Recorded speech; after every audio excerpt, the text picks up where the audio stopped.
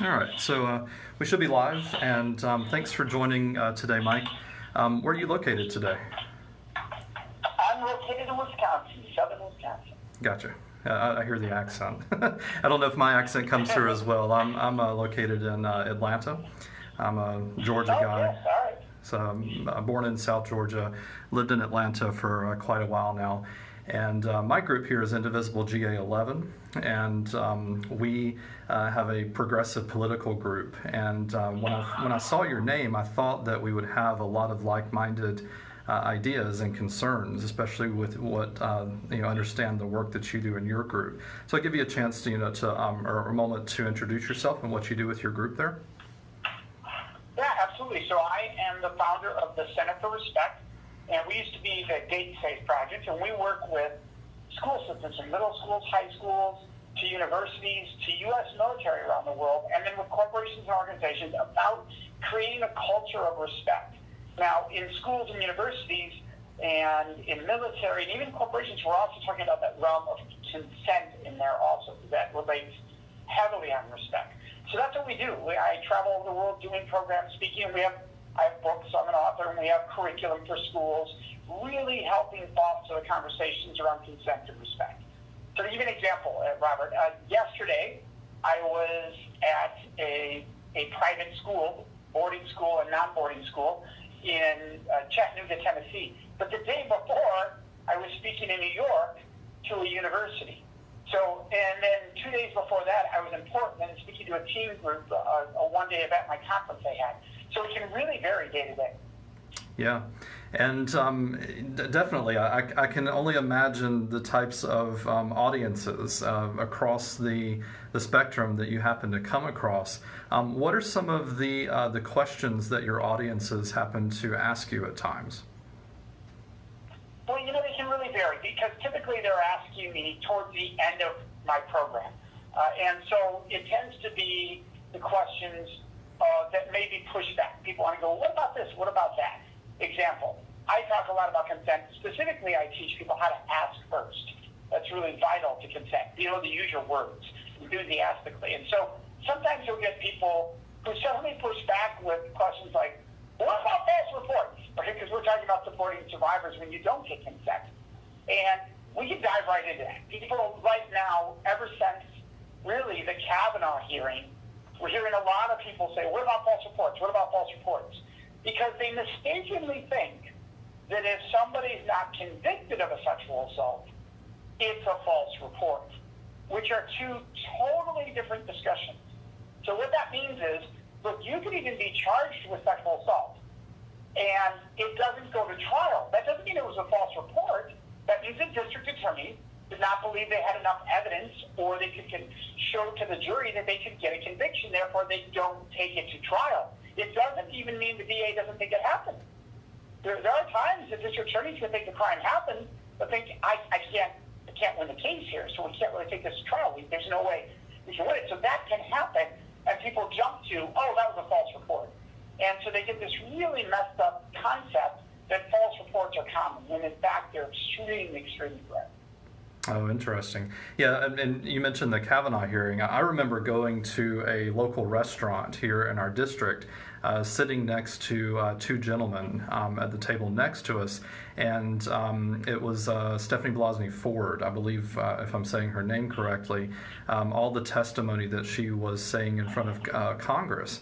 And I was hearing comments from the table next to me as, why was she waiting to come out with these allegations now? Why did she wait so long to say these types of things? But honestly, every interaction that I've ever had with the media, she may have been scared to even have tried to do anything like that. What about Yeah, whenever there's an easy reaction to that. Whenever somebody says, why they wait so long? Well, let's look at the people who have come out right after. How were they treated? Yeah. They were treated horribly. Yeah. So you have a track record of a culture that treats survivors who have come forward horribly in the media and in the news. Let's go back a ways to a trial that people can remember where the survivor came out right after. Kobe Bryant case. That person was treated horrifically. They were running rumor mills on their sexual past and spreading stories and It was horrible. So if you're a survivor and you're watching news stories of when people come forward and they're constantly questioning the behavior of the survivor, well, you're going to be less feeling safe coming forward. So that's one thing we need to really shift our culture. We have to create an environment that creates a safer environment for survivors to come forward instead of a scary environment for survivors to come forward. And so it becomes really important that people understand the difference between somebody not being found guilty or a trial not going to trial or a case not going to trial versus a false report. Yeah. And definitely for sure. This takes me as well through I travel a bit for my day job as well, and I was out in California where I would have considered versus Georgia being a much more liberal area. And I remember overhearing two gentlemen at a table near me, and if I'm paraphrasing a bit, but the gentleman said, you know what, I wish this Me Too movement would just get over with. I'm tired of it. And I mean, I'm from Georgia. I'm a Southern guy. My grandmother always told me, if you don't have anything nice to say, don't say it. And I didn't. There are, I feel, places to air these types of concerns. But these were two gentlemen. I want to say one of them was Asian, if I'm not mistaken, which took me on a very different thought pattern of where that sentiment was coming from. But any thoughts on reactions of just literally passing by and hearing that type of conversation?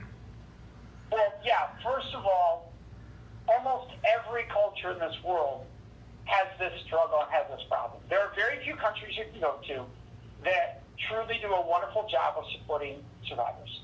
It's really rare. And in fact, we lead the world in supporting survivors. And people go, what do you mean we lead the world with all we're discussing right now? Yeah, well, we're also the only country that has the number of resources for survivors that we do. Every community has a crisis center, whether or not geographically assigned to cover it. That is wonderful. That's progress. So we can look at that progress. Now, the reason I brought that up is whether somebody's from an Asian culture or they're from, let's say somebody goes, I'm born and raised American, right? Those kind of, no matter where you're coming from, we see these views being expressed. So it's not indicative of one culture or another in this case. Here's what I would say about when people react to pushing back against the Me Too movement. See, the problem is they hear the word movement, and they think this is going to have its time and move on, because movements do that. They move on. It's the problem with the word movement, right? And so what I tell people is, look, Me Too is not a movement of the next year. It's a historical awakening of what's always been true, and now we're addressing it. But it's only the tip of the iceberg of what we've addressed. And here's what I mean by that. People are going, oh, yeah, these evil, you'll hear terms like these evil men. And what they're referring to is the Weinsteins and others who the cases are getting all the news, and people go, that's so horrific. I would never do that. So they never look themselves in the mirror and say, what have I done in the past that has contributed to the history of this occurring? That's where we need to get to. We need to look in the mirror where each of us can look in the mirror and say, what have I done in the past that has been part of this history? How have I contributed in the most minor of ways or in the most impactful of ways? Because of the society we have been raised in, there's a good chance that in some way we've all participated at some time in inappropriateness, in disrespectfulness, in degradation. So we have to look in the mirror and go, what have I done? Because I don't want to repeat that.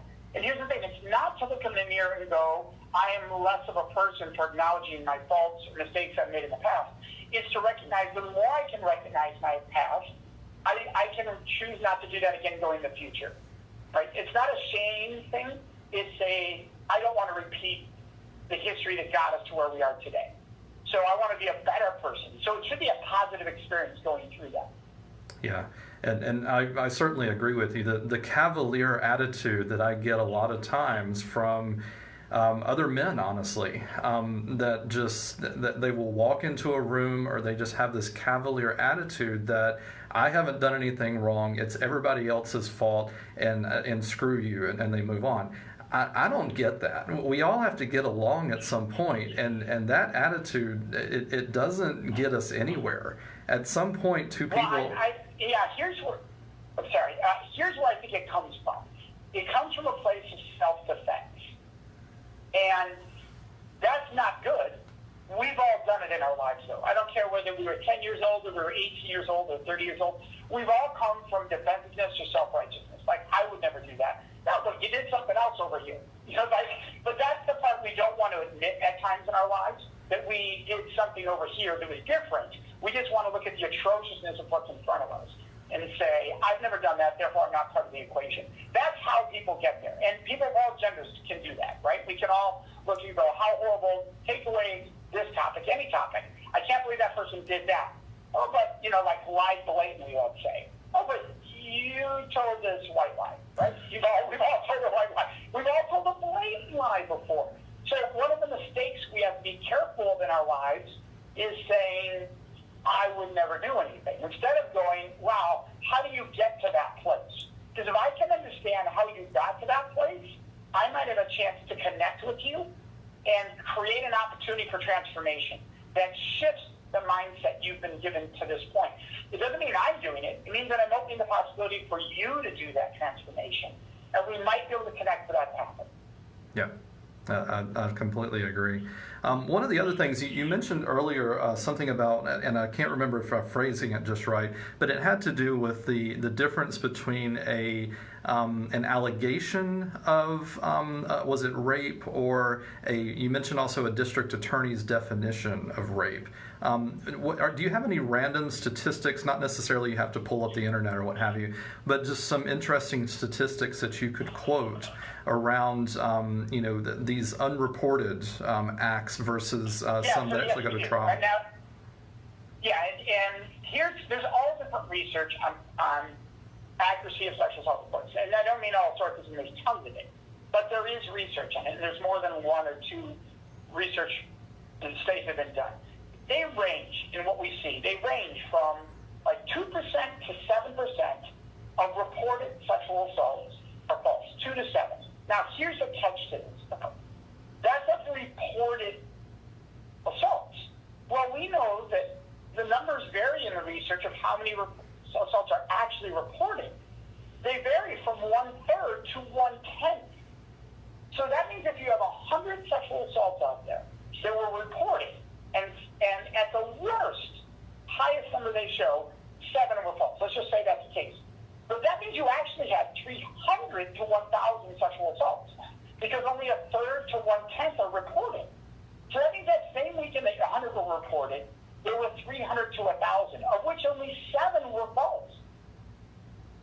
So now you start to do the percentages.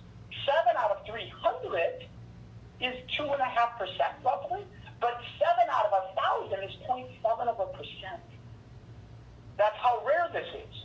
Here's why people want to believe it's not rare. Because if you as a person think, oh, sexual assault's being false report all the time, then I don't have to worry about any behavior I'm engaging in, because these are the sexual assaults not happening. So I can just convince myself it's not happening, so I don't have to look in the mirror and say, could I do this? Versus, wow, sexual assault's happening that much?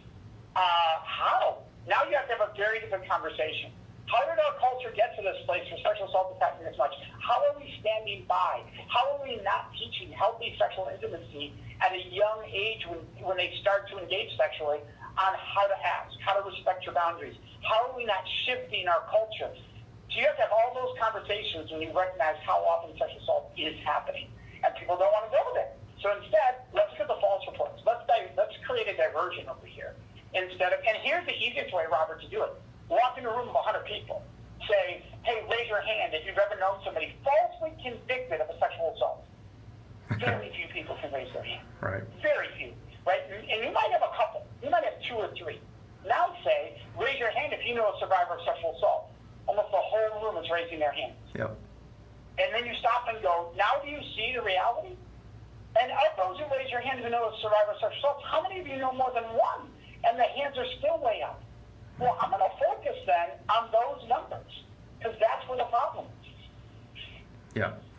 And these are so true, and I think many times, well, the media. Well, let's go back as well. I mean, I was born in 1980, and then that I'll assume maybe you're a little bit older than me. You don't have to say, but I mean, I am older than you.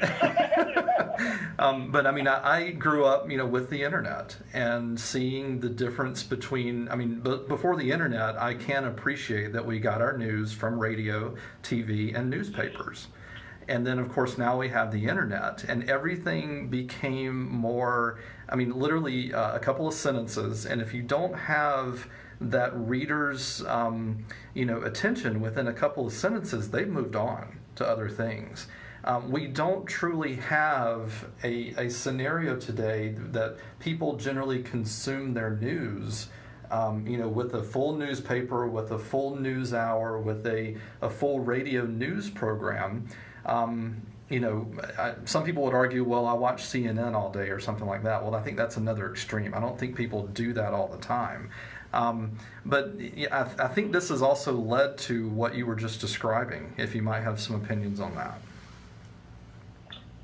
It certainly impacts how extreme everybody's views are. Like, it seems to be you either come, people like do this, I'm middle of the road, I really don't have strong opinions on this, until you get to the topic they care about. Yep. So you're just not on the right topic. The fact is, we are very polar. And what has happened is, the way cable, the way the internet has now set up, it's designed not to be a news source, it's to be a viewer's clicker or eyes on the view. That's what it's designed for. It's to get people watching or to get people clicking. It's one or the other. And so to do that, you have to go to people's most extreme emotions to draw them in. It's what movies do. It's what TV entertainment does. And news recognize if we're going to win that battle, that's what we have to do. So you stop being a news source and you're being a source of viewers. Like, what do we need to do to get viewers? And so you really polarize. It lives on polarization. And that is unhealthy because it makes it hard for us to have conversations about topics that are really important in a way that we can connect. And so that's why when I'm doing my work, it's one of the things I love is that we'll have people in the audience. One day I'm speaking to what we consider a very conservative audience. And the next day I'm speaking to a very liberal audience. And we can actually walk out from both those sessions with the same mindset. Everybody agreeing to take the same actions because we're not just speaking. And when I'm on stage, it's not to speak to the extreme. It's to speak to you as a human being, your place of compassion, your place of understanding that every human being deserves dignity and respect. And when you get people in a room and you sit down and you just say that, hey, do you think every human being should be treated with dignity and respect? Most people are like, yes, I do believe that. We have to get to that core of the human existence to be able to connect with people no matter where they're coming from for change to happen going forward. Yeah, and I certainly agree. And what you described, with the work that you do, the day job that I do is I do training as a technical software instructor. I have to do these types of things in somewhat similar fashion, but we don't generally get into politics. We're talking about computers and things. But then the next kind of similar thing here would be, let's think about what a lot of very conservative politicians are doing, which they're not holding town halls. That they will take the news appearances, that they will go on conservative news channels and take those interviews all day, but they refuse to have two-way communications with their constituents, and that only, I feel, inflames the issue. And the people. Well, and to be fair, we're seeing that occur on all sides of politics different ways. So one group might not do town halls, but another group won't go beyond these certain news media sources, so you don't get a chance to impact the people that you think they're not going to listen to me anyways. They might, if you know how to connect with human beings. So that's what we just did. We need to be talking everywhere.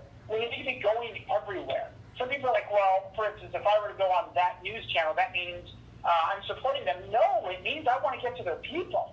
Right? That's what it means. And so that's true on both sides. We have to say, hey, bring it everywhere. Bring it everywhere so we can have these open conversations. Now, I'm not a political activist, and what I mean by that is that I am not somebody that's out there as politically active, campaigning or talking. I very much am an activist as far as speaking out on cultures of respect, consent, sexual harassment, sexual assault, corporate disrespect.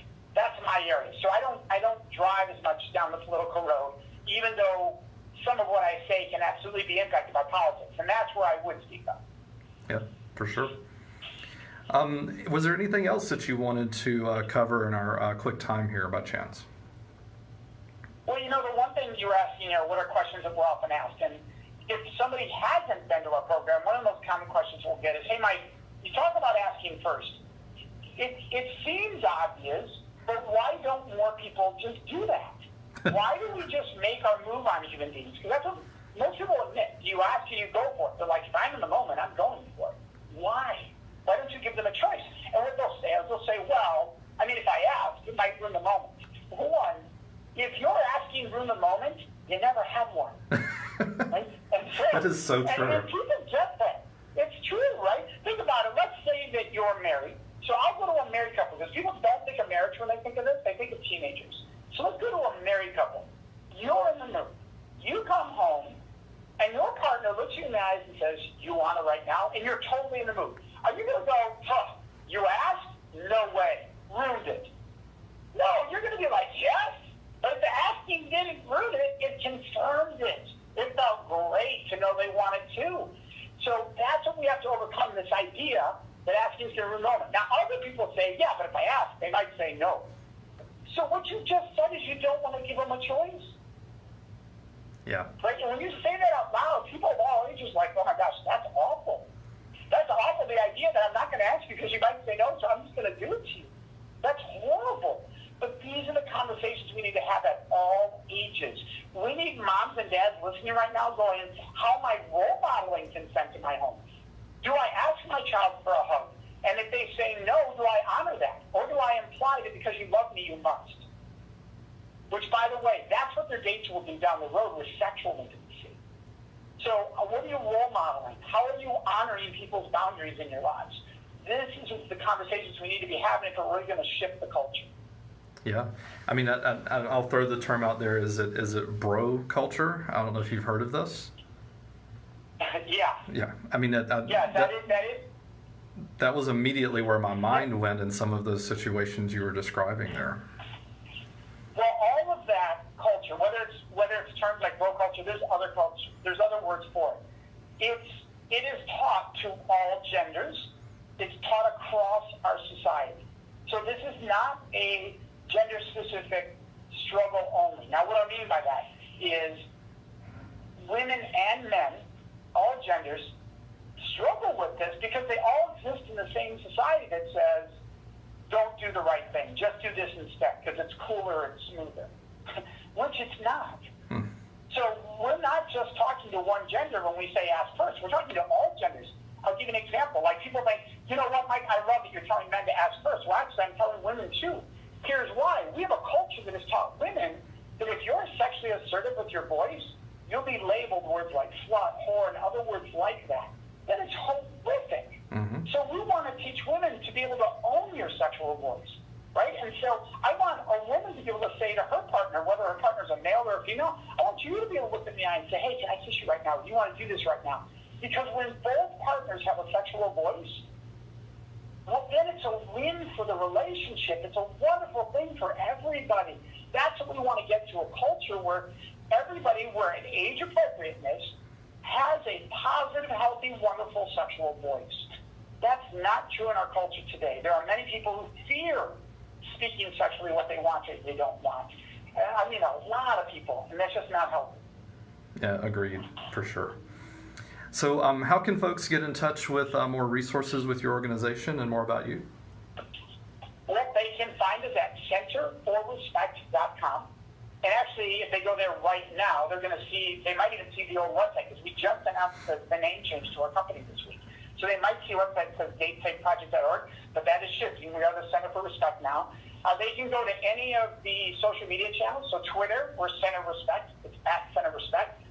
If it's YouTube, we're Center for Respect. So that's youtube.com/Center for Respect. So they can find us out there very easily if they want to follow us, get involved with us. If I'm personally Instagram, they want to find me, it's Mike Respect. So at Mike Respect on Instagram. We love interacting with people. The best, easiest way is the main website, CenterForRespect.com. Cool. Yeah, and our group here, again, Indivisible GA11, we're roughly in Northwest Metro Atlanta is where we're centered, but we also partner with other groups in the area as a progressive political organization here in the area. So anything else? And we work in that area. So to give you an example, like there are schools that we have worked with in the Atlanta region. And when I say within the Atlanta region, within 2 hours of the surrounding Atlanta area. Every year I'm at, this is about 2 hours away, but every year I'm at Berry College. I speak to every incoming freshman. Every year at Berry. Yeah, that's good. And then I'm at Georgia, and College and State University. Every year I speak to their incoming class. Yeah, and that's good to have those conversations, right?